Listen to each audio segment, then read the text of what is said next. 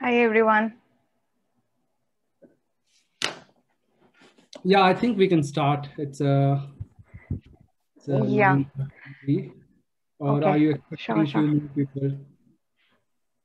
Okay. Thanks for waiting, Mahmood. Good morning, everyone, and good evening to those who are already in US.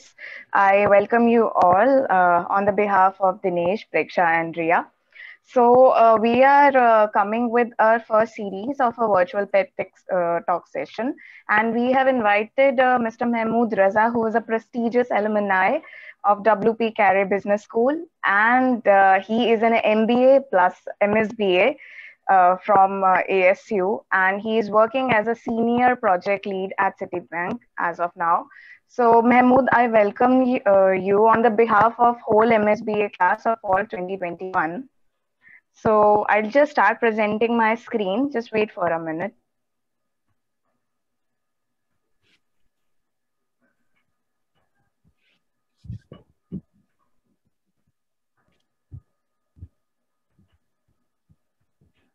Okay. We have decided the structure of this whole session would be divided into 5 categories. Okay. Just wait, hold on for a second. There is a glitch. I guess I'm not able to move my screen. Okay, I'll be able to do that. Preksha, can you do on my... Yeah, I'm just Acha. trying. Yeah. Should I stop share? Yeah, you stop sharing. Dinesh, can you do it? Okay.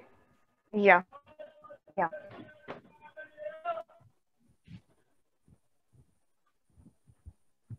Thank you. Thank you, Dinesh. Okay.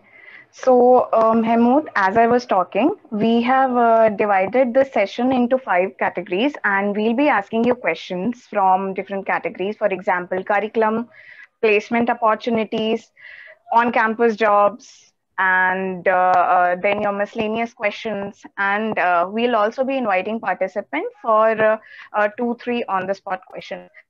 Dinesh, can you please move forward to the curriculum slides? Yeah, good.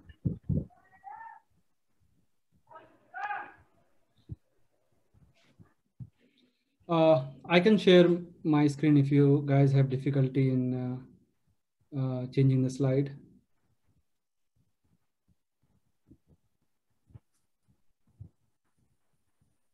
Yeah, we are good, I guess. Okay. Yeah, sorry, I was mute. Okay.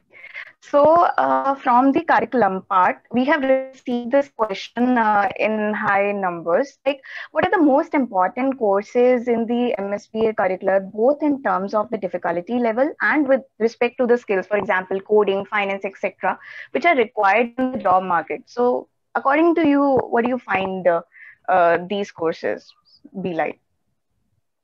Yeah, okay. So first of all, thank you so much, Yogantika and your friends, the team who has organized this pep talk. And thank you guys for joining. And congratulations to all of you for being a part of Sun Devil family. And welcome to ASU WP Carey School of Business. And this MSBA is really a good program. It's a 9th-month program. It's one of the flagship program of WP Carey School of Business. And every year around almost 250 or 280 students comes to this program. And basically most of the students are from India or China. So it's a good curriculum.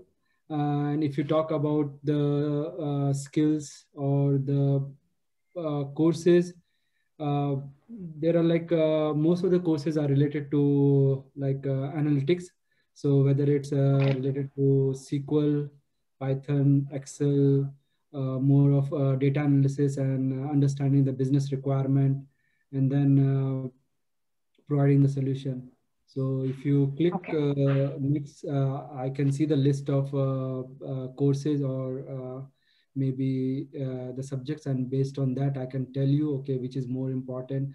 Basically all the courses are important, but then I can give you a little put like a brief description of each and every courses and maybe the difficulty level. So the first one is the Okay. basic analytics course, like where I'm talking about 505 enterprise analytics. It will be introduction into data modeling and data warehousing, and then basic SQL, those kind of things. So it's a very basic course, but it's a fundamental course because rest of your subject will be based on that foundation. So it's a really important course. The next course is more of supply chain management, like they'll teach you about the supply and demand relationship, and how do you do forecasting, how do you manage a warehouse, how do you analyze an inventory, how do calculate the cycle time and all. So it's more related to supply chain. So MSBA course is like 60% analytics, business analytics, and 40% supply chain. So it's really good program. If somebody wants to go into field of supply chain management, they can also, you have a lot of subjects which are like, so I was from MBA and MSBA batch. So I had both my MBA and MSBA. So few of my courses were shared between MSBA and MBA program because they were almost same. Okay. Data mining 1 and 2. There are two data mining courses, 508 and 509. Data mining 1 is basically about building models, clustering, and normalization. So you'll be taught how to use this SAS application. If any of you has used that, that's a software for data analysis. And data mining 2 is basically machine learning courses. So basically it's done through Python, and then they'll teach you about AWS maybe at the end, those kind of things. Quality management is a mix of supply chain analytics program. It's a good course. Maybe it's, I think, so here in ASU, most of the courses are quarter wise. So you have 4 quarters in 1 year. So in fall semester, you have 2 quarters, and in spring semester, you have 2 quarters. So each of these course will be like a quarter course, like it will start and end in 1 quarter. That is basically 2 months. But this course, data-driven quality management, it may be a semester course, like 6 months course, because it's a big course and it involves a lot of component of supply chain management and quality management. And also through this course, you can get a Lean Six Sigma certification from the school free of cost. But the basic eligibility of getting Lean Six Sigma course is that there's one more stats course at the start, which is not listed here. You need to get at least, I think, B in that course in order to be eligible to register for that certification, Lean Six Sigma certification. The 518 and 519 decision modeling are basically using Excel how to build up a model to analyze the max price and minimum price, which price you set to get the maximum profit, or which price you can set to get to offset your loss. So it's basically using advanced Excel. So the Excel which you use in day-to-day life is nothing, but there is more to it. There are so many add-ons, we are not aware of that. So if you have a time, do a basic course on Excel or advanced Excel.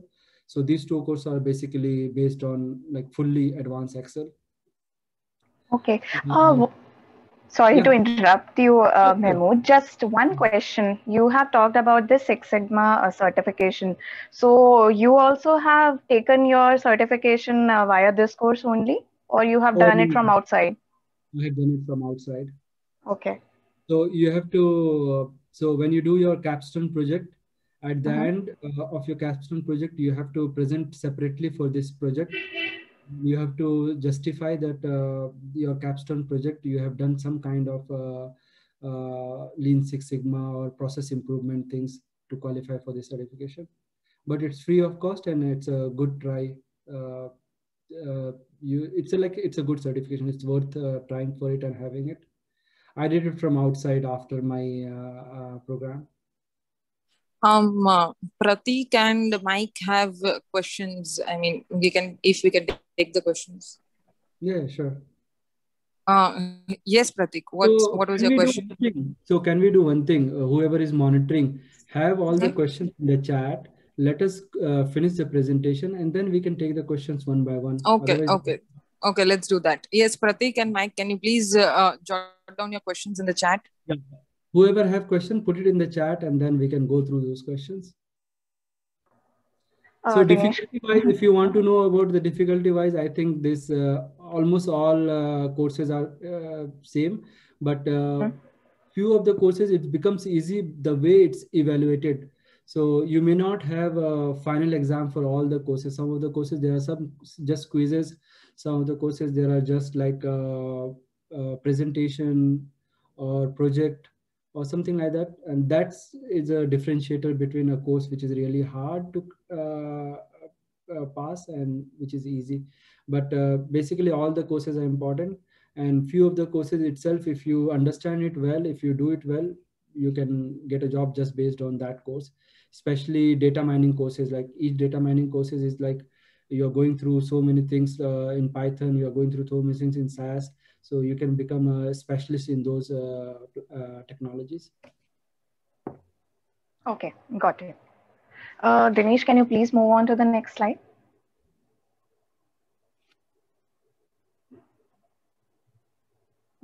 Okay. So this was most commonly asked as well, like what is the minimum GPA to be maintained during the course? So for master's program at ASU, you have at any point you have to maintain at least 3.0 GPA out of 4, Okay. which is not very difficult. But even if you fall short of it at some time, they'll just give you a warning or something, and they'll ask you if you are falling behind someone, if you need special assistance, if you need some help, those kind of things. But it doesn't matter even if it is less than that. You should not be focusing much on GPA, but more on your learnings and how you understand the subject. But at any time, maintaining at least 3.0 is a good thing. Okay, It's Mahmood, not that difficult. just to add on to that, not only does the college, do the recruiters give kind of importance to this GPA? No, nobody asks about your GPA. Nobody cares about it. Thank you. If you have 4 point GPA out of 4, maybe you want to put it in a resume and you are free to do that. Nobody will question you, but nobody cares much about it. As long as you have the degree and you have the knowledge, that is more than enough. Perfect. Okay. So who are the most loved and approachable professors in this whole MSBA program? And what do you think, like these professors in terms of TA and GA opportunities? Because we have been told from the department itself that you are not allowed to take TA and GA opportunities in the MBA school. So, like, what is your thought over that? Okay, so first of all, this varies from person to person. Like almost all the professors are good here. There's no bad professor. It's just because the way he teaches or how you approaches him, it may differ from one person to another person. But obviously there are few professors who are more approachable than other, and they would entertain you more than the other. You can see the profiles of the professors and you can see their field, and based on that maybe you can strike a conversation. But all the professors are pretty much reachable. They would have office hours twice in a week. They'll put there in their syllabus and also in their schedule, and you can anytime book an appointment and go and talk to them if you are anywhere having any difficulty in the course. Sometimes even the professor are so flexible, they can take extra classes for you in their office. So there are a lot of good professors, and I cannot name one, but few of them, like almost all are the good. Like there's one Brett Dwart, he's the director of MSBA program. He's an awesome guy, very much approachable, very nice professor. He's an Indian. There's one Hina Arora, she takes this Python classes. She's great. And there's one Asim Roy. He's a very experienced professor, and if somebody is looking for RA or a TA position, he has a lot of RA positions, but then mostly his projects are based on data sciences. Those like he would basically hire MS students, computer science students, but no harm in trying, no harm in approaching anyone, even though if the department is saying you that, go check the profile of the professors, reach out to them, email them, tell something about yourself, what is your interest, and then say what you're looking for. So nobody will say anything, or there is no harm in reaching out to them. It's perfectly fine. Okay, got it. Next question, please. Okay. The next question is how to approach and complete the right applied projects which we have in our final sim, and how these applied projects are allocated to the whole class. Okay, so I think each professors or faculty head, they would be getting projects, and they would be providing the list of the project which they have for those years, and you have to give your preference. So I think there would be like almost 20-25 projects listed down, and you have to give your preference choice, like, okay, which one is your top priority, 1, 2, 3, 4, and based on your choice, it will be allocated to you. Okay. So it's very much random. Like it's not random, but it's not like if you just choose one, you'll get it one. Maybe you'll get the next one based on. And also while choosing a project, see what is the company that project is from, and what's your area of interest, what's your like interest industry, which industry you want to go on. Which profile you want to go on. So keep that in mind. So for example, if you want to go into supply chain industry, so so keep in mind if you have a project which is from a manufacturing company, or from a company which has supply chain in their business.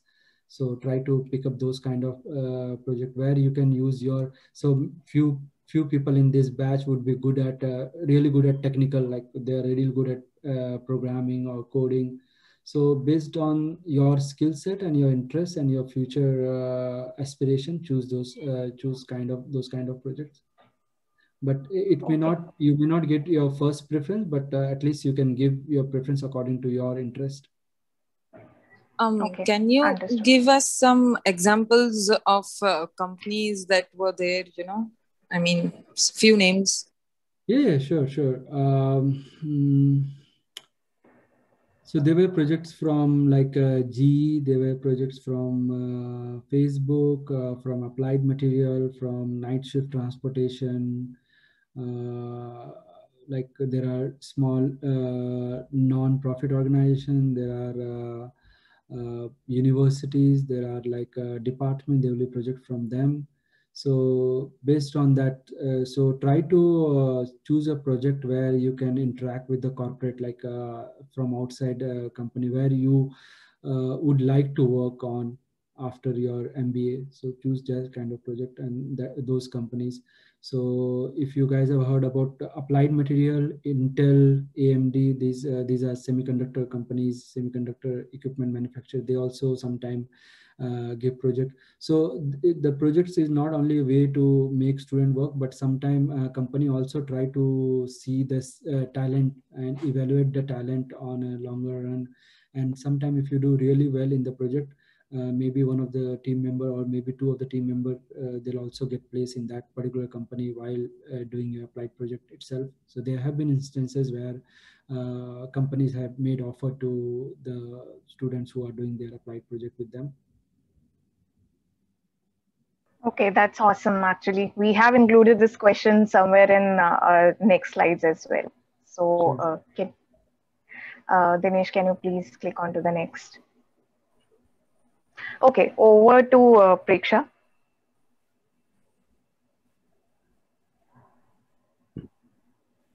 Dinesh is taking the slides. Yeah, I'll be handling. Okay. Yeah, so hi Mahmood. Thanks Yeah. for elaborating on the curriculum part. Mhm. I guess many people have had many queries resolved, and I see many questions are up as well. Yeah. Meanwhile, we have taken in few questions regarding some essential skill sets Mhm. the students would need to develop as well. So, while going through that, I'll just get the first one. Yeah, the course obviously does develop our skill set, but apart from that, apart from the curriculum part, are there any other specific skill sets people getting into the MBA would need to develop? Anything which would help us once we enter the job market? Yeah, one thing which is very important here is interpersonal skill, how you interact with people, with your colleagues, with your cohorts, and with your professors, and with the recruiters who comes on career fair or with an interviewer. That's very important. So try to build that interpersonal skills. There are people who are very much skilled. They are technically very strong, but at time they are not able to communicate their strength. They are not able to strike a conversation. Networking is very important here in US. You get a lot of work, a job here just through networking. So like uh, you really need to learn that how to approach people, how to build a conversation. Those are very important skill sets here. It will help you a lot, especially during the career fairs also. Like when you go to the recruiter, you just don't go and then say I need a job or I need a role. You strike a conversation with him. You start with a small talk. Here small talks are really important. Even if you don't know a person, he's a complete stranger, you just say hello, hi, and just strike a small conversation, and you will end up having a long discussion even with a stranger. And here nobody would be like avoid anyone. Like if you want to talk to someone, everybody is ready to talk to you. It just you need to have that confidence to approach that other person. You need to have that interpersonal skill, how to build up a communication, how to network with people. Those are really important. And like MBA or MSBA, WP Carry, then they cannot teach you that. They'll not be teaching you. There is not any course or any subject on that. Oh, okay. Sorry to interrupt.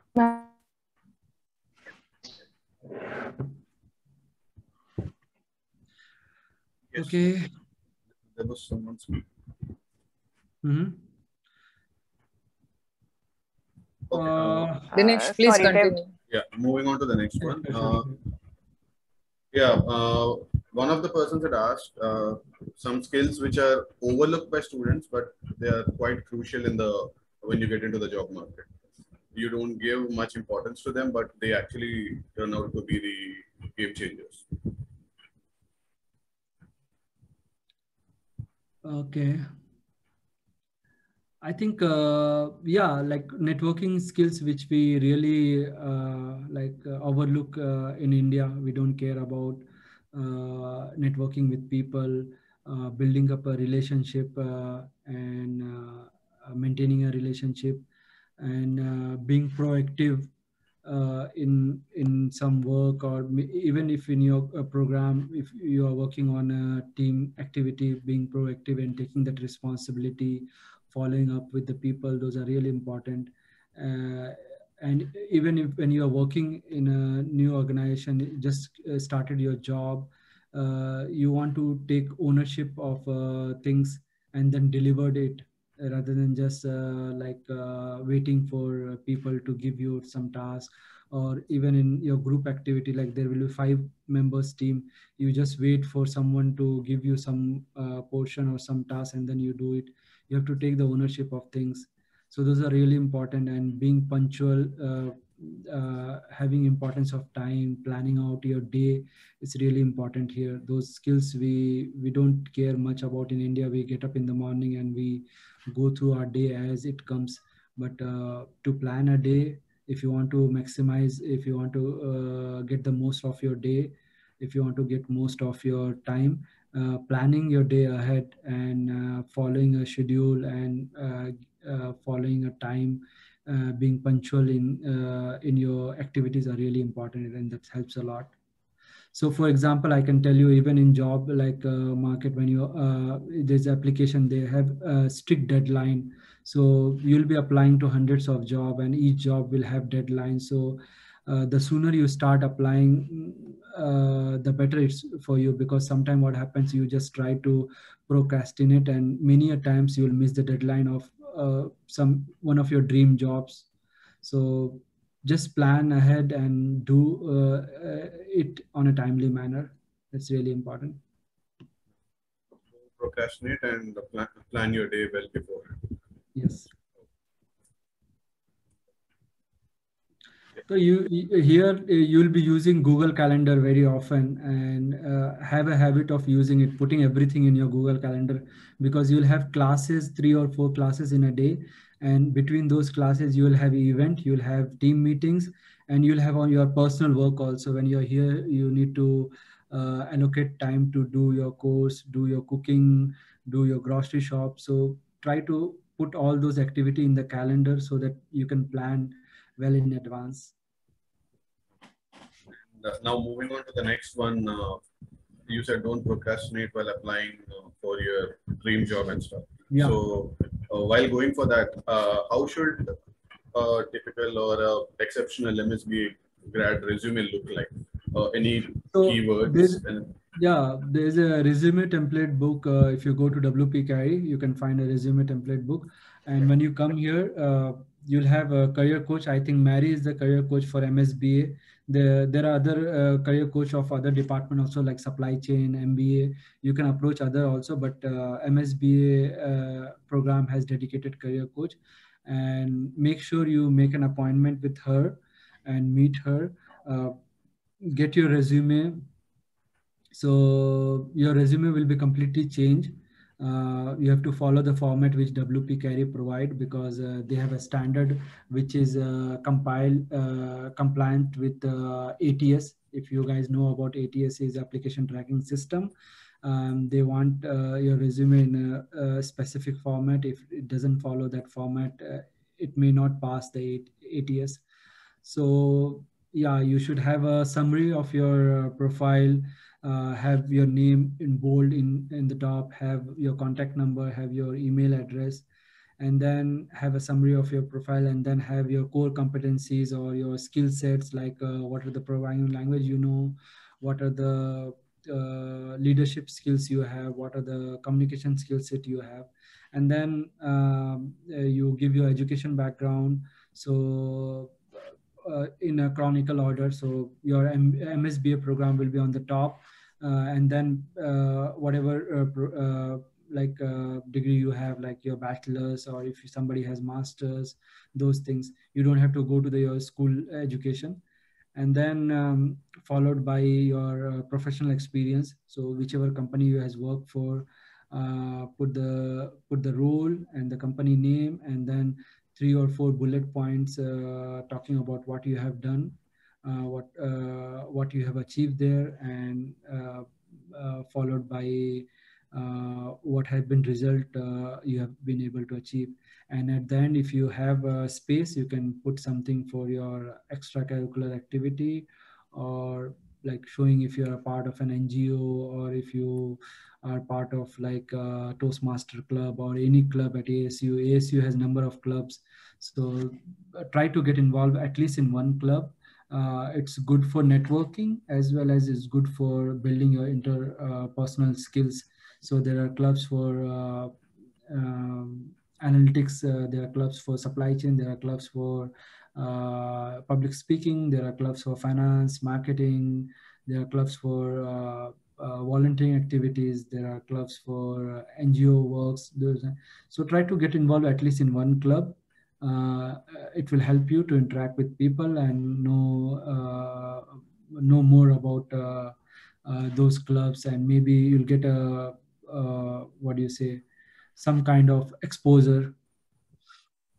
Mahmood, I have a question to add on here. You Yeah. talked about the Miss Mary from the career team. So, does she take care of her LinkedIn profile as well? Because I think that is an important aspect. No, Okay. no. They'll not take care. They'll be only helping you with your resume, cover Okay. letter. So very important, have a resume, good resume. Check the format.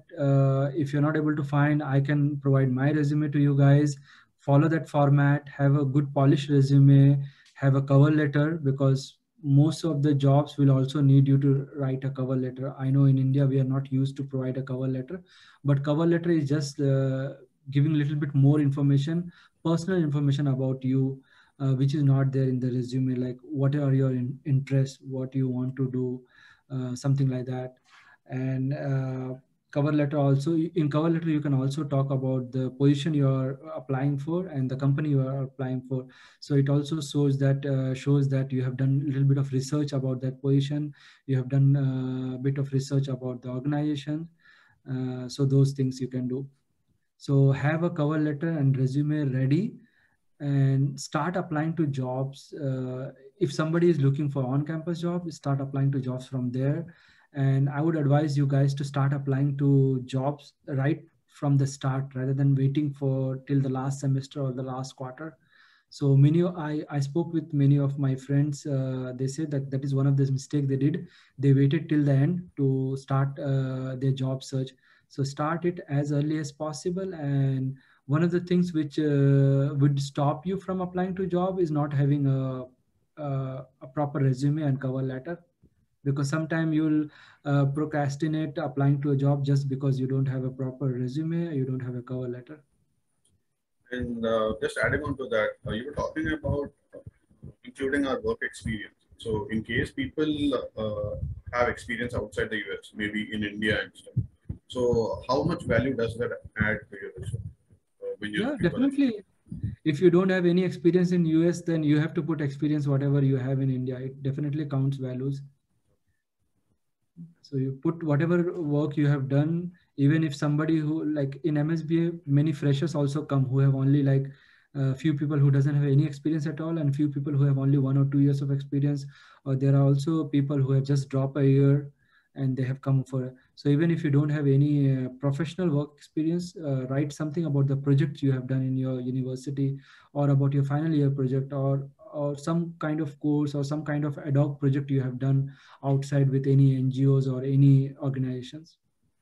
So in case you don't have a relevant experience, put in what all best you can to showcase yourself. Yeah. Right. Yeah.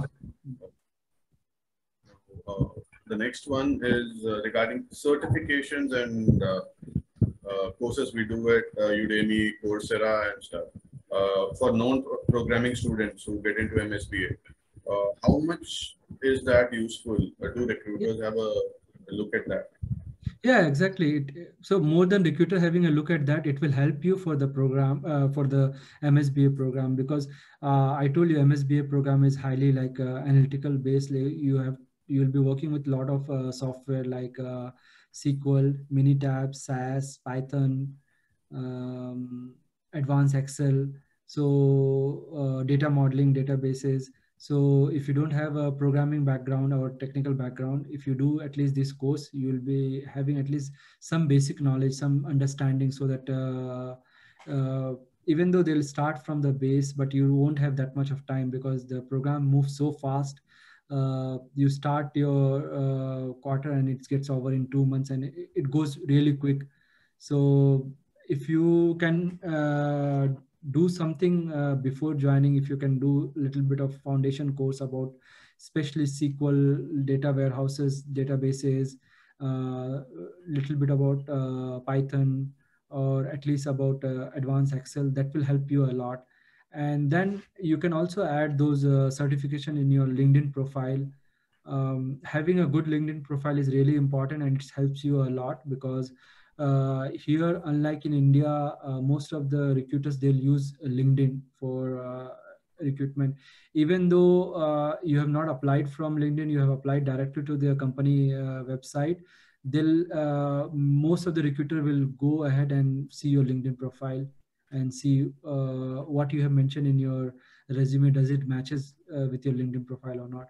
So spend some time on your LinkedIn profile, update it with your current role, update it with your education qualification and everything, so that it matches your resume.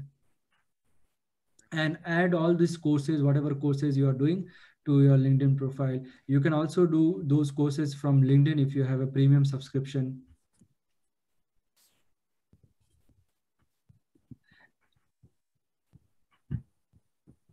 There were tons of questions pouring in regarding placement opportunities and that stuff. So yeah, so I think we'll give 2 more minutes and then we'll start with the question. We'll finish up with the slides and then we'll have at least 20 minutes for the questions. So placement opportunity with little or no experience. So I think, yeah, like don't worry, like MSBA, they don't expect people to have ton of experience, because they know MSBA is there is no criteria for having minimum year of experience for this program, unlike MBA program. So there are people who are freshers, out of freshers. So you can find roles for like people with no experience or very little experience. So don't worry about that. So job prospect of this course is really good. Job profile, I think a few of the most very common job profiles are business analyst role, data analyst role, data science, and any other analyst role like supply chain analyst or operation analyst, even financial analyst. If you are really good at Excel, and all those financial company mainly use advanced Excel. So if you're good in those, you can also target those kind of role. Future education opportunity, you can do your double masters. After this, you can go for one more masters, or after MSBA program, you can go for MBA program also. But that is really not required. You can get jobs mainly based on your MSBA program itself. It's a technical program, and there are a lot of jobs for, there are a lot of demands for business analysts and data analysts here. So you'll get enough opportunity.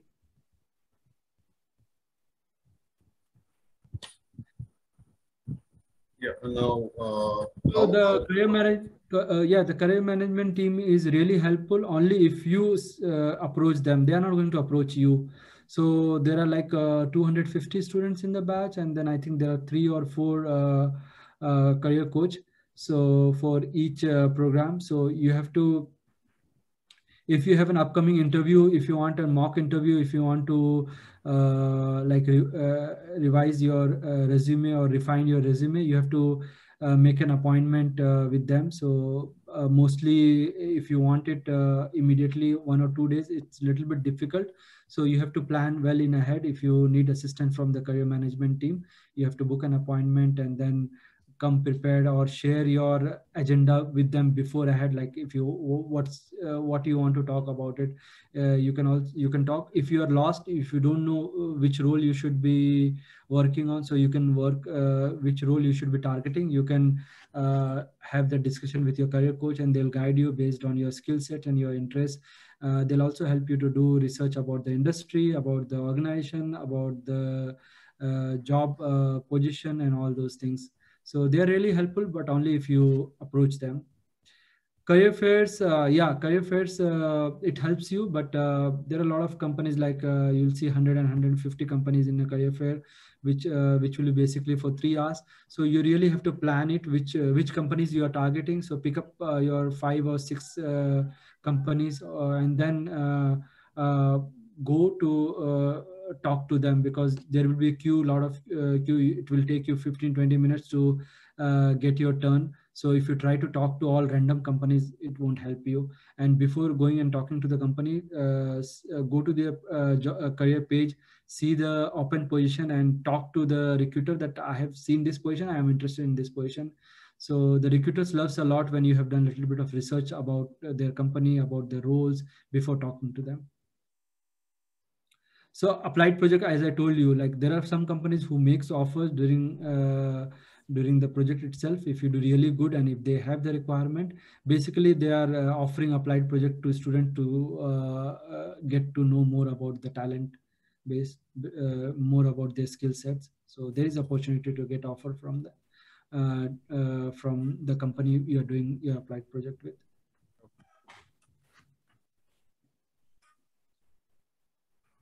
Yeah. Could you? I guess you have already hit the brief on that regarding job hunting.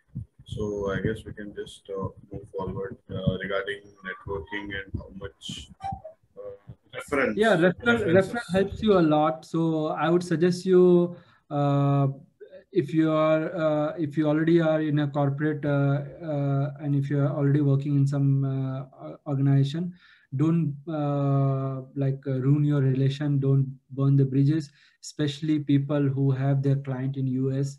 So keep that relation and reach out to those people. Sometime it will help you. And then in LinkedIn, reach out to people, grow your network. Sometimes people will just say, okay, you say that I have seen this position in your company and I'm really interested and it matches my background or my skill set. Sometimes people will say, okay, send me your resume and I'll refer you. And at some time you also have to say, okay, can you refer me? And people will be more than happy to refer you. And sometimes referral really work because it helps you to jump that ATS hurdle. So if you are just applying to their website and there are 100 of people applying, ATS will evaluate your resume based on the keywords, and sometimes you'll not be able to get the interview call. So referral do help you to get interview calls.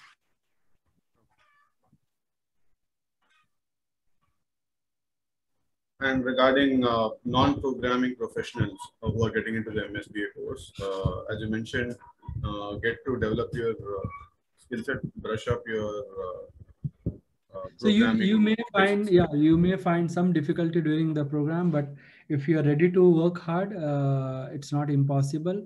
And don't think this MSBA course more like a programming course.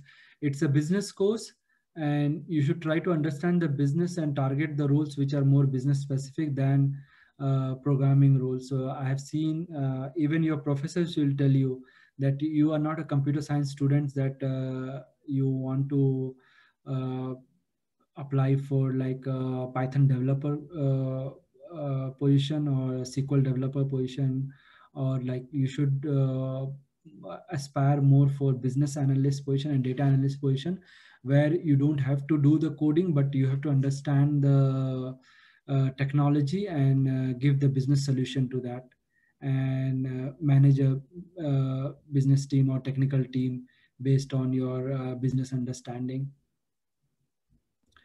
Top recruiter for MSBA grad, I don't remember as of now, but you can go and see the WP Carey MSBA website. I think a few of the places where the previous batch has gone is Amex, American Express, PayPal, and then Wells Fargo, and then Amazon. Amazon hires a lot of graduate students from WP Carey, and then Facebook, Google. So there is no on-campus placement that the company will come and hire you. You have to approach them. You have to apply to the jobs. So few companies will come to maybe market their job opening or market attract the new talents, but it's all depends on you. You have to reach out to the recruiters. You have to apply to those jobs, and then only it works. So in India, there's a campus placement where companies will come and they'll hire students and go. It doesn't work the same way here. Okay, so for business analyst or a data analyst role, so I think, yeah. So many companies, I think they will give you a task or some assignment, like some work for a few SQL based questions or few Python based questions, just as a screening round. And based on that, they'll call you for face-to-face interview. So there will be technical round and then managerial round and the business round. So in technical round, they'll understand your technical understanding, what you have worked on before, and then what our skill sets are, and maybe they'll ask few questions. In technical round, mostly they see your SQL knowledge, because for any analyst position, I think SQL is till today, SQL is the basic tool for data analysis. So they'll ask you a few joins questions, or they'll ask you to write few queries, or they'll try to understand your approach, and they'll try to understand your knowledge of data warehouse or data modeling. And in managerial round, they'll try to understand your business understanding, your communication skills, and that's it. So mostly there will be like multiple rounds. There won't be any job interview where you have only one round and you get the offer. There will be multiple rounds, like 2 rounds, 3 rounds, or 4 rounds, based on company to company. And the most important question, I guess, how willing are employers to sponsor your H-1B visa? So during the career fairs, you'll get the list of companies coming, and whether they are willing to sponsor or not. And even in their table, they'll put it like we are sponsoring internationals. So, but then that should not stop you from talking to recruiters. Talk to everyone, even if they're not sponsoring, approach them. There have been cases in the past where companies have said that we don't sponsor, and then they are hire international, and then based on their performance, they are willing to sponsor it. So don't limit yourself. But if you want to filter your job search criteria in Handshake, there is a filter to put companies who are sponsoring, companies who are like OPT, companies who are giving internship, company who give a full-time job. You can filter your search in Handshake.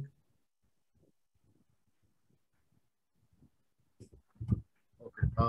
I guess, Preksha, would you be handling from here? So for on-campus job in WP, in ASU, if you type on-campus, there is a separate portal for that. You can apply to those jobs, but be careful what kind of jobs you are applying to, because MSBA program is really hectic program, 9-month program. So if you could get some kind of like a desk job where you can do your assignment, you can open your laptop and you can do your homework, or maybe your go through your pre-class preparation. So one thing I forgot to mention, preparing for a class is really important here. So whichever class you have, if you go through those lessons, and if you go through the case studies, it really help you to understand in the class. And as I said, you can, of course, approach to the professors, not only at WP Carey, other professor at ASU also for RA and TA position. So a lot of my friends has graded position where you grade professors exams, where you help them in taking classes. So undergrad classes are mostly taken place in theater, where you have 300 students. So the professors need TA to help the students. I had one question. Am I audible? Yeah, sure. Yeah, you're audible. So my question was that, does referrals work for the on-campus jobs also? You need a reference for on-campus job. So there are fields when you fill the application, you need to put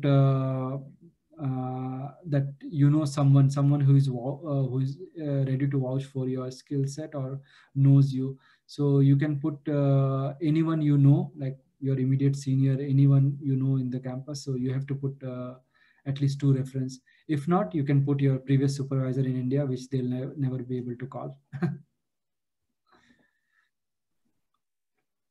So how to use the Handshake platform effectively? I mean, we have been advised by the ASU career management teams to use Handshake. Do you think Handshake is, helpful, or LinkedIn is good enough? LinkedIn is good, but Handshake is basically all the companies will post their job in Handshake, in ASU Handshake for ASU students. So if you are applying to those jobs, at least they'll have, okay, these profiles are from ASU. So there are few recruiters who wants to hire from ASU. So it's good to use both Handshake and LinkedIn, and there are other job portals also which you would be using. I think one of them is Indeed and Glassdoor. You would be using those also. So just don't limit yourself to LinkedIn.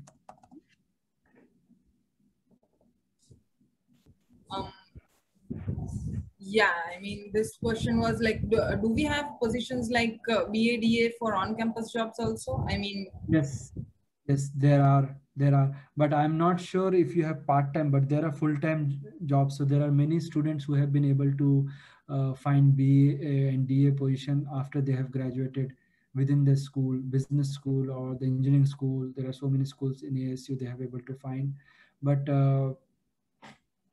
you may not get a part-time role, part-time BA/DA role, because you may get RA positions, TA positions where you have work which involves business analysis and data analysis. So for example, if there is a professor who is doing some research, they would need students to do some data tagging or do some data analysis. So those kind of jobs you can find, definitely. Also, I mean, do you think we can do on-campus jobs parallelly with this 9-month course? I mean, can we manage that? It's difficult, but it's not impossible. Yes, today only I was talking to one of the guy who was a full-time MSBA student.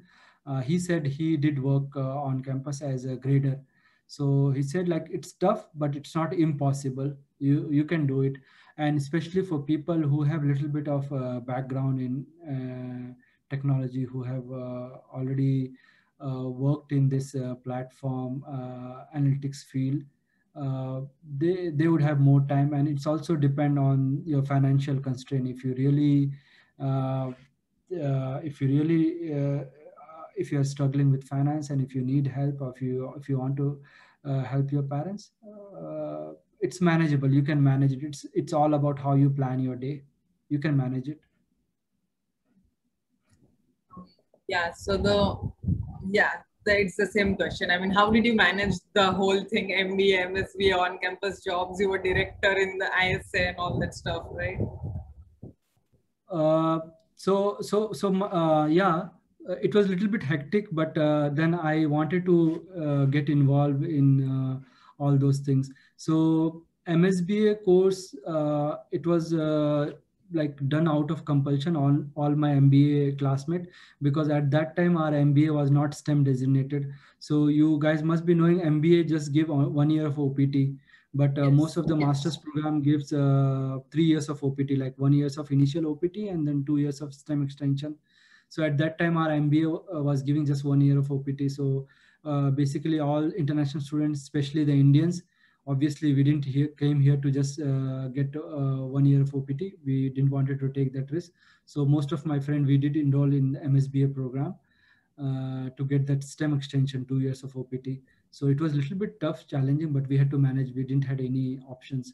But I think now most of the MBA batch, they are not going for an MSBA program because they have business analytics concentration. They can just do that rather than going for the second degree. But it was good. Like in 2 years, I got 2 degrees. Yeah, but it costed us more like we had to spend more money for this. But it was good.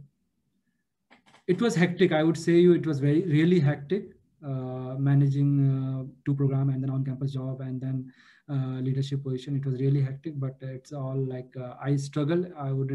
I would be lying if I say I didn't struggle. I did struggle, but it's all about managing your times. So I mean, okay, you answered why did you choose the corporate degree? And, after your MSBA program right after the MSBA, right? And you paid for both the programs. I mean, I also had that question. Oh. Yeah, I paid for both the program, but for me the advantage was that I was able to do both the programs at the same time. Like I started my MBA, I did my first sem of like fall 18. I just did the MBA, and then I started my MSBA in spring 2019. So the next year I was able to do both my MBA and MSBA at the same time concurrently. But for MSBA who wants to do MBA, you cannot do the other way. Like you cannot enroll in MSBA and then again do your MBA at the same time. So you have to finish your MSBA and then you have to enroll in your MBA. So I know there are some people who have enrolled in MBA program after doing their MSBA. There are different MBA program in WP Carey. There are full-time MBA, evening MBA, and then fast track MBA. So I think right now there are like 15 months of MBA program. So there are few students who were not able to find a job after their MSBA program. They enroll in their MBA in that MBA program, and they are currently doing that MBA. Okay, Mahmood, I want to add into that question, like being a MSBA graduate, does it helps in enrolling for MBA both in terms of cost or in the process, or do I need to take all the steps like taking a GMAT and applying for the MBA program? Does it remain same?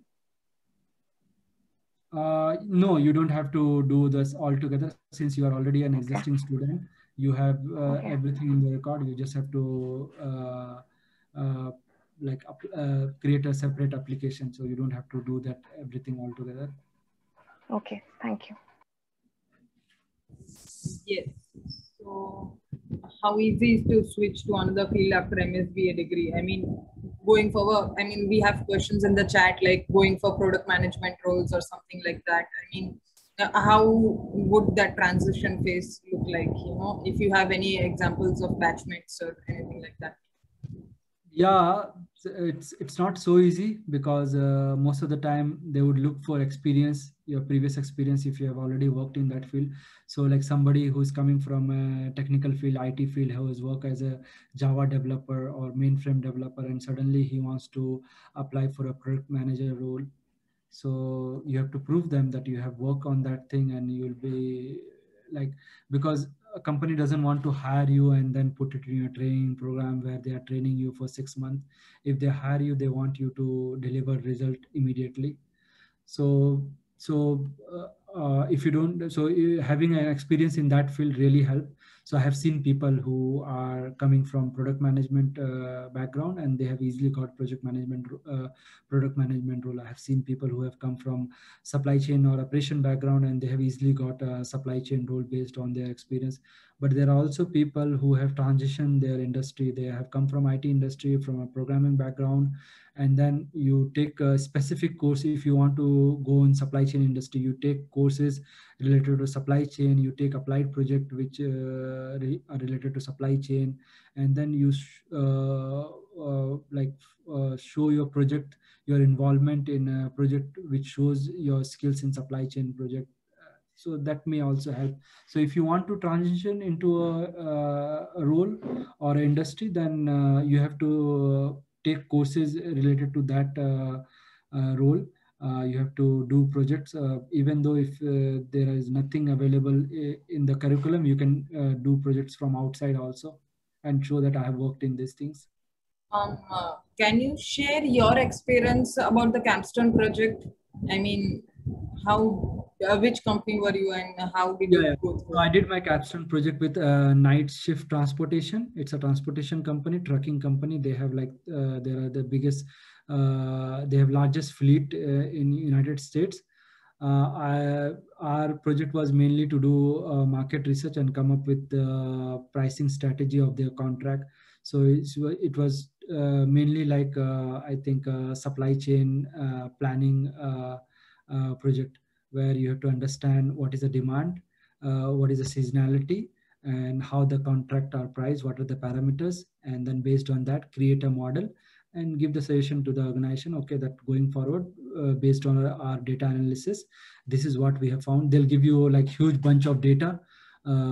Sometimes it's internal data, or sometimes they'll even buy the data from the market and give it to you. So you have to analyze those data and come up with what you are able to find, and then give the recommendation to them. So it was mainly like heavily based on supply chain industry, and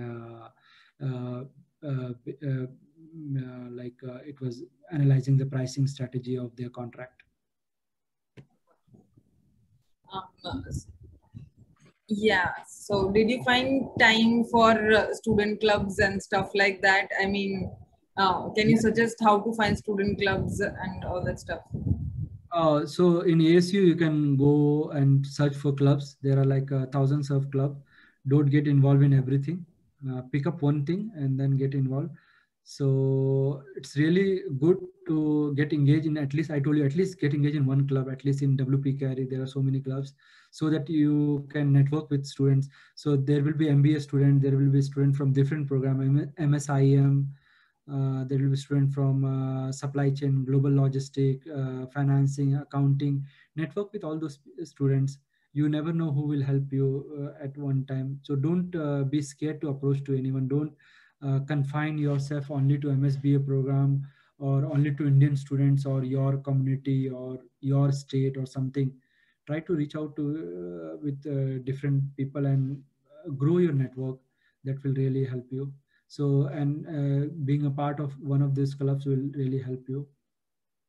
I was able to find times. I was basically engaged in those clubs. So I was in a leadership position. So I was really interested, and it really helped me to build my profile. Like even during my career fairs or during my interview, I can pitch those ideas. Like I did this for my organization. I did this for my club. I was a director, and it also shows that you are someone who is ready to take a lead. You have some leadership skills, because MSBA is it's a business course, and the role which you are aspiring business analyst is a business role. It's not a technical role. So you should have some amount of leadership skill sets within you. So in the current job market, I know it's very difficult to grab a job, right? For international students. So can you give me a kind of approximate month? Do you know, when was the last student placed in your batch? I think so don't get scared by this, but there are still students who are looking for job. So it will take some time. Like not everybody will get you a job immediately after you graduate or before you graduate. Maybe 10 or 20% will get, and then maybe 50% will get after 2 months, and 60% will get after 3 months. So it takes some time, but don't lose hope. Be persistent, keep on trying. So the last student who was placed in 2020 batch, I think you'll also see few students who will go to Canada or who will go back to India. It's all personal preference. But you cannot say the placement is 100%. Like everyone from your batch will be able to find a job. It's nothing like that. But if you keep on trying, being persistent, you'll get a job. Maybe after 6 months, after a year, but you'll get a job. I have seen people who have got job after 1 year also. You might have applied to hundreds of jobs, right? Yeah, definitely. You'll be happy. You'll have to apply to not 100, but thousands of jobs, 500 to thousands of jobs. You'll have to apply. You cannot just apply to one job and sit for that interview call. Time management, I told you about to use Google Calendar. It's really important. Plan your day. The professors are really punctual here. Your classes will be basically from 8 a.m. So you have to consider like the commute time, because most of them you would be residing in and around the university. You'll not stay on campus. You'll be riding a bike or taking an orbit or walking to the campus. So keep that thing in mind, that how much time it will take you to reach the class, and sometime how much time you have to wait for the buses to reach the school. So it's always good to reach early, ahead at least 5 minutes. If not, at least reach on time. Don't be late to the class. Few of the professors are really strict in that. And plan your day, as you said, like you'll be spending most of your time in the school. Like it's very common that students come to school at morning 8 o'clock and they'll go to their home at night 11 o'clock. So you'll be staying whole day in school. So if you plan your day ahead, if you prepare your food, if you get your food, you don't have to spend a lot of money in campus in buying food. So you have to really plan your day, get up early, prepare your breakfast, prepare your lunch, prepare everything, and then come up all prepared so that you can you can spend whole day in school. Like how does a typical day looks like for an MSBA grad? I'll tell you my day. So I used to get up at 6 o'clock and then get ready, uh, prepare my food, have my breakfast, and then prepare my lunch, pack my lunch, and start from my apartment at least half an hour early, like at least by 7:30 or 7:40. We reach school at least 5-10 minutes ahead. Sometime your classes keep on changing, so you have to make sure which classroom your subject is. So if you have everything in your calendar, you have to integrate your calendar with Canvas. Canvas is a application you'll be using to track your subjects and everything. All your assignments, all your course material will be uploaded there. So you have to sync the Canvas with your calendar. So everything will be there in the calendar, right from your timing, course, and which classroom it is. So have those things handy in your calendar. So reach school at time, and then I had classes from 8 to 10:15, and then you'll get a break of 15 minutes, and then class from 10:30 to 12:30, and then you'll have 1 hour time to have your lunch. So if you have your lunch, there will be microwave in the campus, in every building. You can heat your food and have your lunch. If not, you can buy your food, or if your apartment is really close by, you can go to your apartment, have your food, and come back. And you'll have sometime you may or you may not have classes from 1:30 to 4 o'clock also. And rarely, if you take some elective which will be there in the evening, that is from 6:15 to 8:15, or from 6:15 to 8:15 p.m. So I used to have my MSBA classes in the morning and my MBA classes in the evening. So I used to have classes from 8 o'clock in the morning till 12:30, and then my MBA classes would be from evening 6:15 to 10:15 night. And then between 1:30 to 5, I used to do my on-campus job. So that was my day. I used to be in school from morning 8 till night 11, and it's very common. It's very common. You start enjoying because there will be so many people in the campus, in the McCord Hall, in the business school, in the building. You'll find people, and at time you'll find difficult to find meeting rooms. You have to book the meeting rooms well in advance to use them. So you have study rooms also, you have libraries also. So make use of that rather than sitting in house. Most of my friends, we used to stay in. It also helps in your assignment. It also helps you to stay on track if you're in school.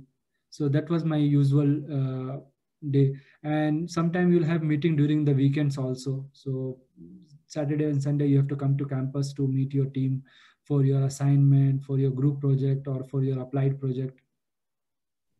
What electives were you talking about? I mean, for MSBA? I'm sorry, I think MSBA doesn't have any electives. So since I was in MBA program, I was able to take few electives. So I have some choices. So I'm sorry. I think we're done with the questions, right? Can we take the questions in the chat? Yeah, sure. Yeah.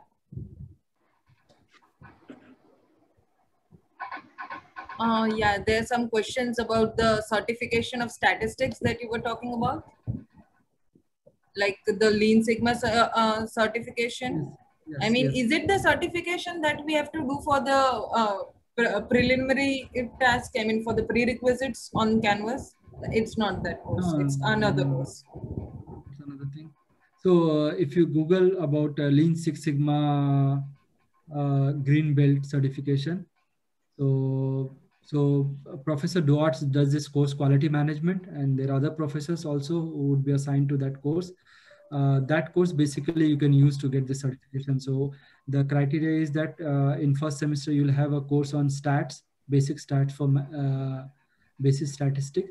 So you need to have at least B grade in that, and then take up this course, and then in your applied material you have to present it to the professors or the board that you have done some kind of process improvement or quality inspection in your applied project.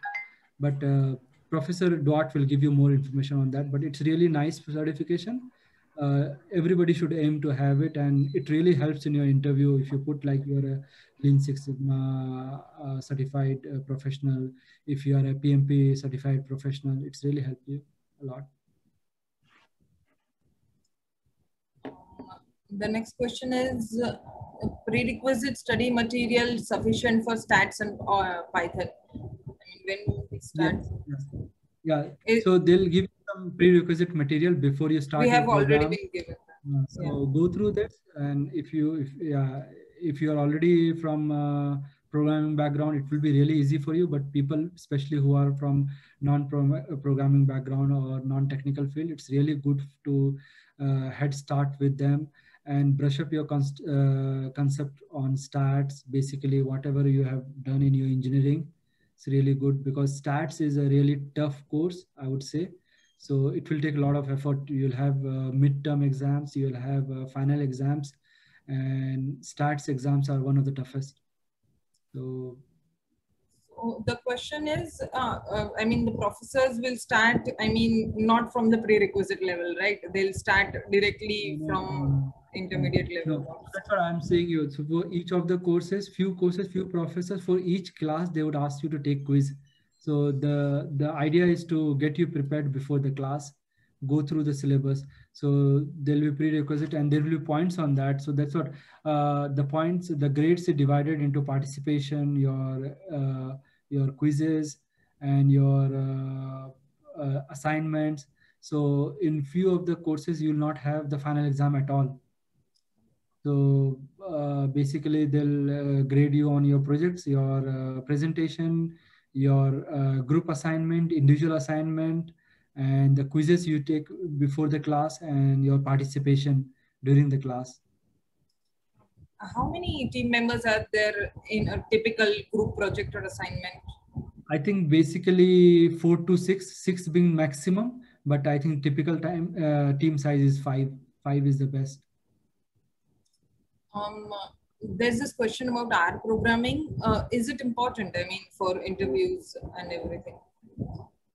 It's not important for interviews, but in one of the subject you'll use R also.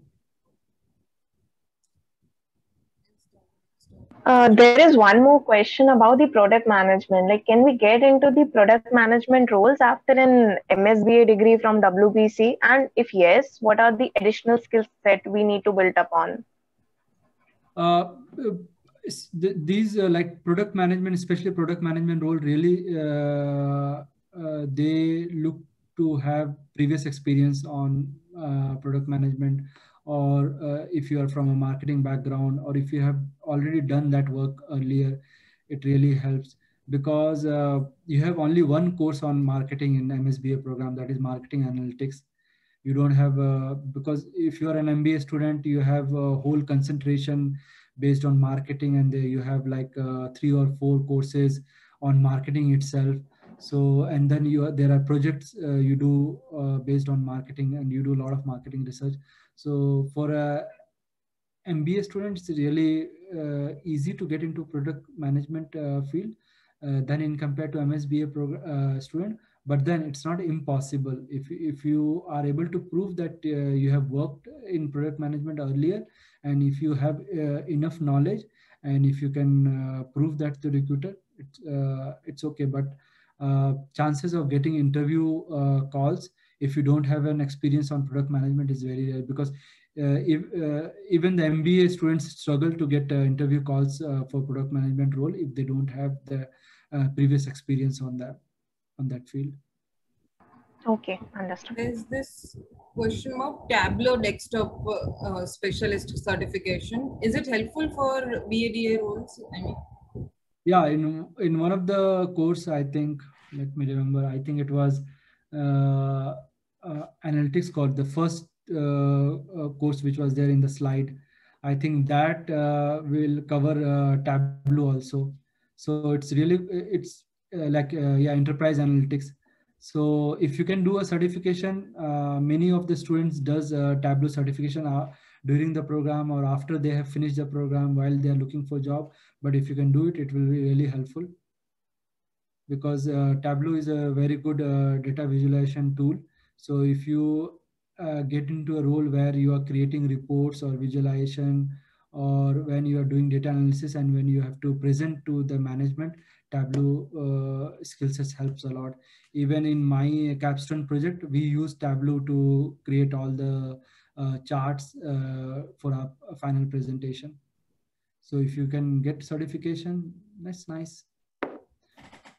I got one more question, Mahmood. Like, since you told that you should be applying right from the beginning of the program, but suppose in the month of August or September, we don't have that skill set, like we are not technically very skilled by that time. So if I go right in the October, like what should I be doing in the technical round, because I don't possess the skill set by that time? You can use that interview as a practice. So even if you're not ready, you can use that interview as a practice.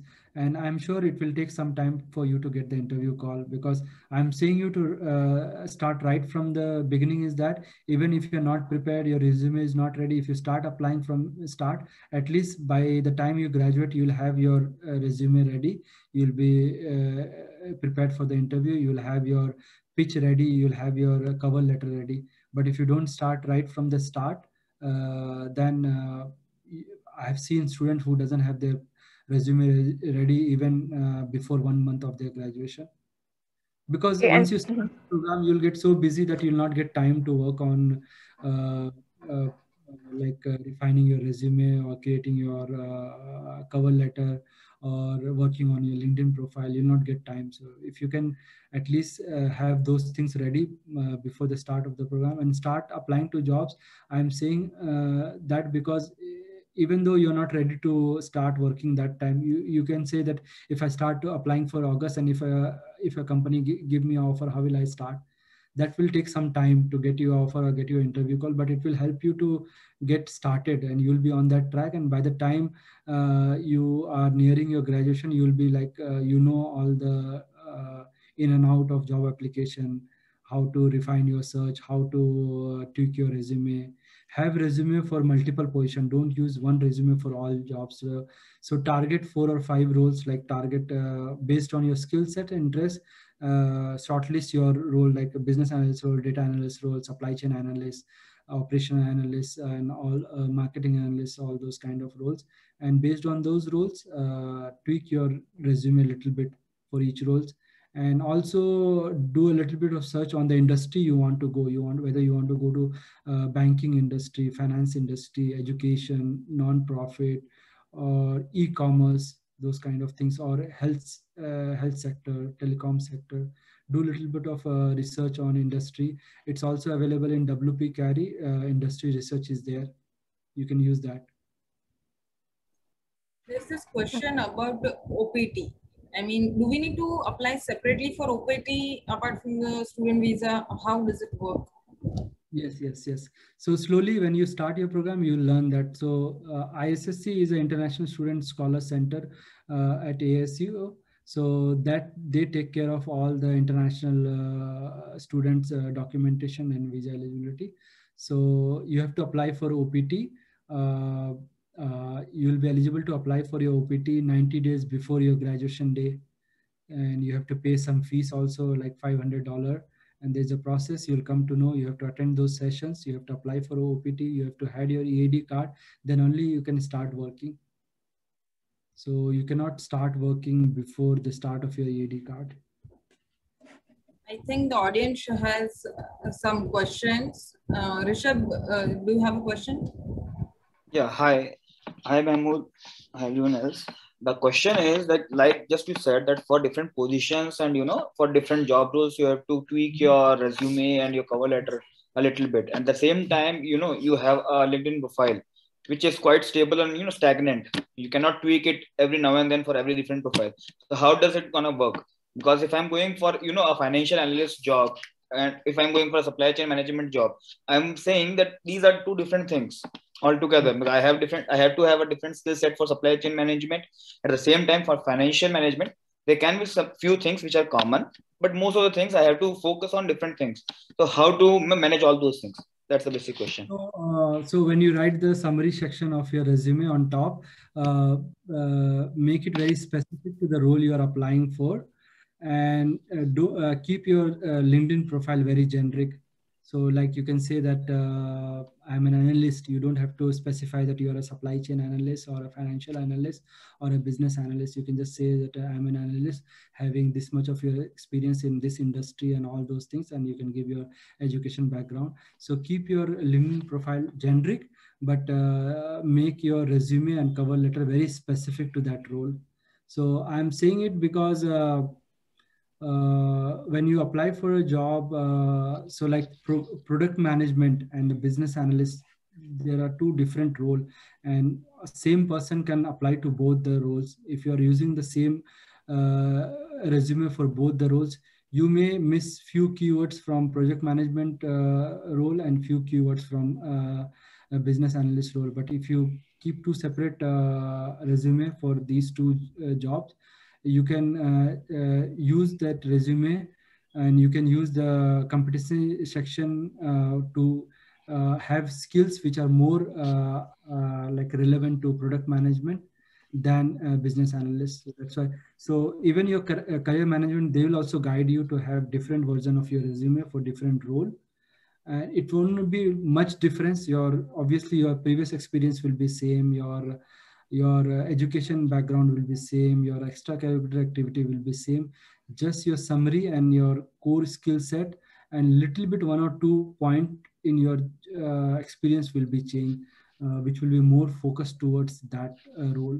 So like if you're applying for a product management role, try to put 1 or 2 points about what you have done in product management, what roles, what you have achieved, what kind of market analysis you have done, what do you know about marketing stuff, so those kind of things. And okay, your a couple of more, LinkedIn profile can be a generic one. Okay, and a couple of more questions. Like, is it advisable to apply for multiple positions for different roles in the same organization?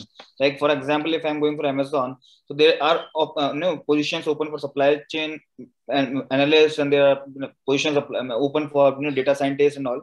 So same guy with the same LinkedIn profile can apply for different positions. Is it advisable if it doesn't give a negative impact on the profile? So for Amazon, it's not advisable because their software is really robust. It will capture that same person, same profile is applying to two roles which are pole apart. Okay. So like you're applying to a project management role, and then you're also applying to a data science. These two are very different. One is so much technical, another is so much business oriented. Okay, makes sense. You're applying to a analyst role, which is like an entry level position, and you're also applying to a program manager role or a product manager role. These are two very pole apart. Okay. Into the experience of a profile. So don't do that with Amazon, but with other company you can do that. Okay, and the last question. Sorry, I'm just completing. I have also heard that our this particular curriculum, the course which we are going for MSBA, we are also eligible for CFA, Chartered Financial Analyst. So is it advisable, or if someone wants to go for that particular profile, build up go for that particular certification, so it is advisable to go for that, or it's like no, there are less of scope for that? You can go for that, but the thing is that if you want to go into a specific financial domain, why would you go for MSBA program? You can go for MS Accounting program, MS Finance program, rather than MSBA program. If you're going for MSBA program, that means you're looking for some technical role where you can use your data analysis skills or your business analytics skills, some programming skills. If you only have to use your financial skills, then you can go for MS Finance program. But there is no harm. You can do CFA program, you can do CFA certifications, but I think CFA certification are really tough. You have to spend a lot of time. With MSBA program, it will be almost difficult to spend so much time, give so much time to your certification preparation. I was just thinking, because there are 3 levels of certification CFA, which I have heard so far. So once you complete your MSBA and you start getting a job, because business analyst is the starting position in which in any of the companies or firms you are just going to do your job. So if you the time permits you, and if you are able to cope up with the things, then is it advisable to go for a CFA to go up the ladder in that particular organization I have instead no of going idea. for an MBA? Okay. Okay. I have no idea about it. I don't know much about CFA. So maybe when you come here, there are career coach for MSBA. There are career for coach for MS Finance. So maybe Okay. you can get an appointment with the career coach in MS Finance and discuss this with them. Perfect. Really helpful. Thank Thanks you. for your question. Let's give opportunity to other people also. Sure. Yeah, exactly, Mahmood. I was just wanting to check. It's been around 1.5 hours. You've been really gracious and patient with the time you've given us. I just wanted to check if you're okay with taking. It's Friday night for me, so. Mahmood has sacrificed his Friday night for us.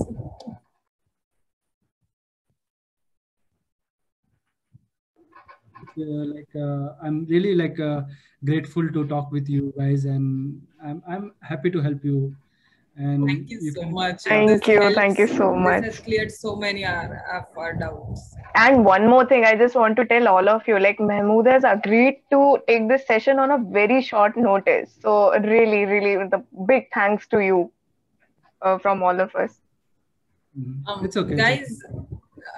I would just like to ask all my batchmates if any of you have questions. I mean, you can just go ahead. We'll just quickly wrap up the session now. There's one question in the chat which I would like to because of COVID, people are really worried about the job opportunity and the market, is it opening or not? Are there enough job or not? So don't worry about it. I think in US, most of the things are opening back. People are getting back to the offices, and there are a lot of job openings. So don't worry. Our batch really had a difficulty, and after that, but now since your batch, by the time you guys graduate, it will be 2022. I think things will be much better, and there will be more job opening, and there is a lot of requirement of business analysts and data analysts here. So even now, if you do a search in LinkedIn about business analysts and data analysts, you can see so many positions. So there are enough about that. There's this question about focus on your learning while doing your program. Don't do the program just to get the MSBA degree. Just don't do your assignment to get marks, but do your assignment to learn things, and focus on your learning. That will really help you during your job search and your interview. If you have done all your assignment, and if you have attended the class, and if you have learned really from the class, you don't have to prepare separately for your interview.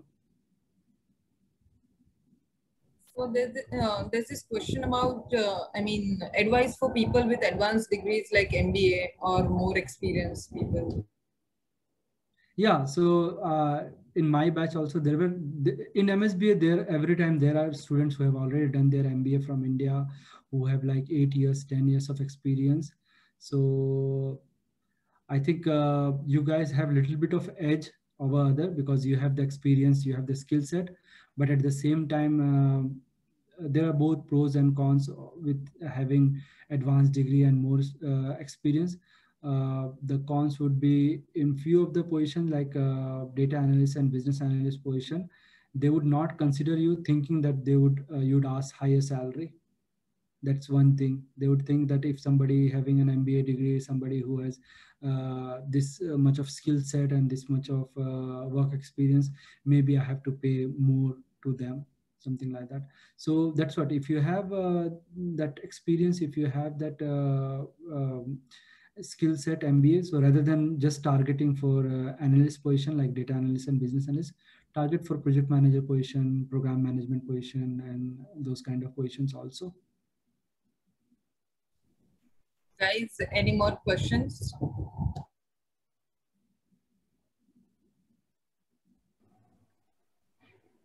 I think we are done. Yeah. Oh. I think everyone is in agreement. You spoiled Mahmood's Friday night enough. No, it's okay. Not a problem. And one more advice I would like to give, like Yes, your please. program will be really hectic, 9 months, but still take out some time to like do some kind of workout or exercise. Take care of your health.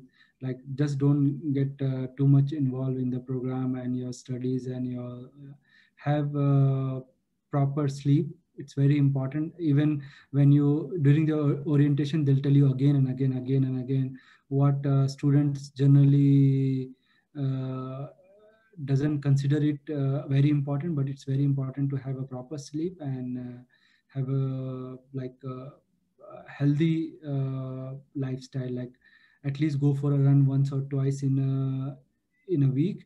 You have an awesome gym just near to our business school. It's very nice facility. It's a huge. Just go once in a while, pick up a sports, play TT or racquetball or basketball or anything. There's a huge pool there, and sometime if you're lucky, you'll even able to say Michael Phelps there. He comes uh, uh, very frequently there. So use those facilities. These all are like you are paying for them. Use them. So that's what I'm saying. Like take out some time at least during the weekend or at least 1 or 2 days during the weekdays to do some kind of physical activity. It will really help you.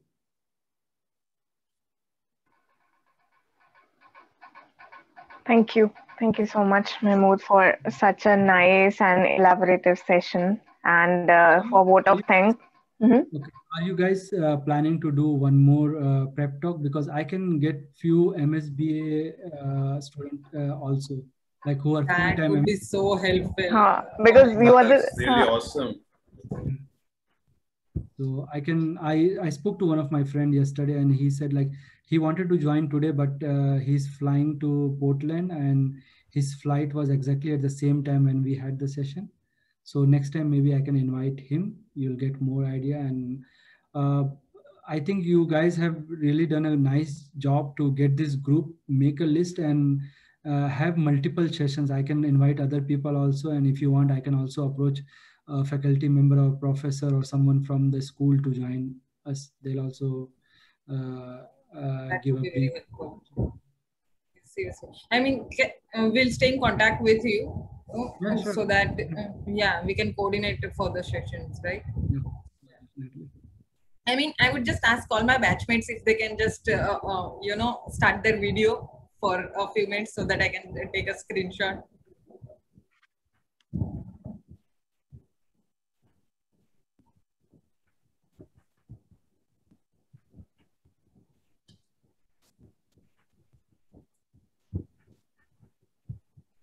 Himanshu.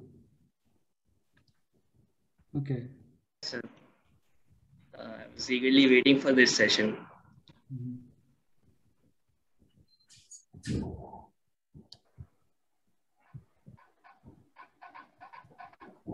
Yes, please, anyone else now?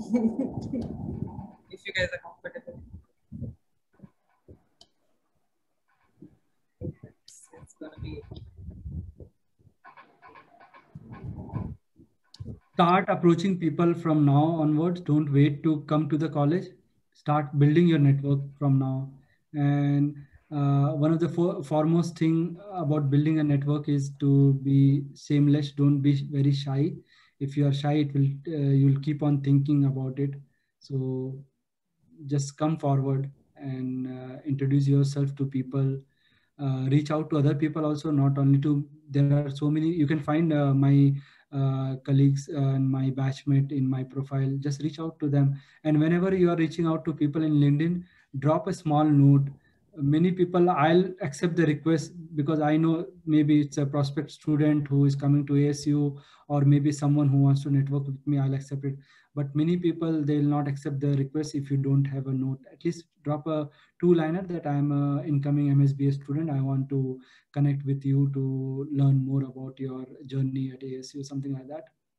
And have that small template ready in your laptop. It will really help you in your job search also. Right. Preksha, have you taken your picture? Yeah, I have taken a picture. Yeah. Okay, okay. Thanks. Thank you so much, Mahmood. That's been really nice of you. And on the behalf of all 2021 class, a big thank you to you for all your time and patience to answer all our queries. And we sincerely look forward for the other sessions. So thank you so much. Thank you so much for giving me this opportunity, and all the best for your visa interview and your journey. And congratulations for the admission once again. And Thank you. welcome to ASU. We'll try and stay in touch with you for further sessions, right? Okay. Hopefully, if by the time you guys, I can meet you also. Yes, Yeah, certainly. We'd love that. Great. A coffee chat session. Yeah, definitely. We can do that. Thank you so much. Yeah. Okay. Bye-bye, everyone. Thank you. Bye, everyone. This was Thank you. Very good. Thank you for attending. Bye, everyone. Have a nice day. Bye-bye. Bye. Have a great one. Yeah. And